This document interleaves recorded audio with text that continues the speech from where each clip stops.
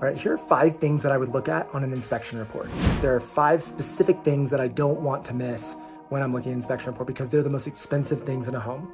And they are the foundation. I want to know, number 1, is the foundation serviceable? Not is it perfect, not does it have no issues, because in the Dallas-Fort Worth and general Texas area, there's going to be some movement. We have expanding clay soils, which means that with rain, with wetness, with dryness, you get expansion and contraction. You're going to have a little bit of movement, but I don't want so much movement that there's major cracks or that there's major stability issues.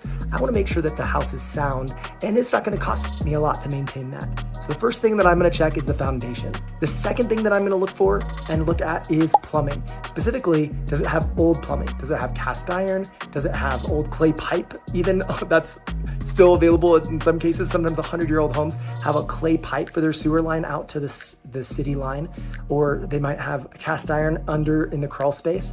And then of course, what kind of supply lines, water lines coming into the house are they?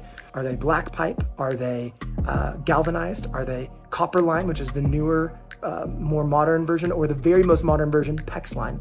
And so depending on what type of line it is, they have different issues that are attached to them and different costs. One of the most expensive things is replacing sewer lines both under the house or out to the sewer itself. So I'm gonna check the plumbing and what the inspector says about the plumbing as my second major thing. The third thing I'm gonna look at is the electrical. And the reason that I care about the electrical is because if it hasn't been updated, it could be a danger, could create house fires. So there are electrical panels that are dangerous that I'm gonna check for. There's also electrical wiring or ways of doing electrical wiring that's dangerous. So I wanna see, did the inspector know anything that's gonna be expensive to change, like having to rewire the house or do a new electrical panel?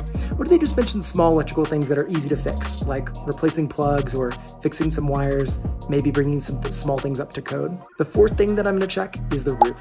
The roof could be a major expensive thing, and water is the biggest enemy of your home. So if water gets into your house, it's gonna be a problem, right? It's gonna cause mold potentially, it's gonna cause mildew, it's gonna damage sheetrock, it's gonna damage it could damage the wood, it could cause rotting in your rafters or things. Now that may take a while for that to take effect, but of course I don't want water to get in, which means I want a solid roof. I want a roof with good flashing, I want a roof with good shingles, I want a roof that's been installed correctly, and I wanna make sure that it's gonna last for several years because the roof itself is expensive. So if I need to replace the roof, it's gonna be a big issue, and I don't wanna have to deal with it myself if I don't have to.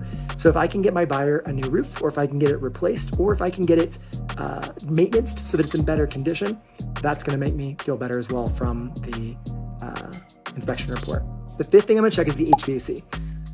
The heating and AC units can be an expensive thing to replace. So I wanna make sure they're in serviceable condition. I wanna make sure that they don't have major issues that I'm either gonna have to replace the whole unit, or I'm gonna spend a bunch of money getting those fixed.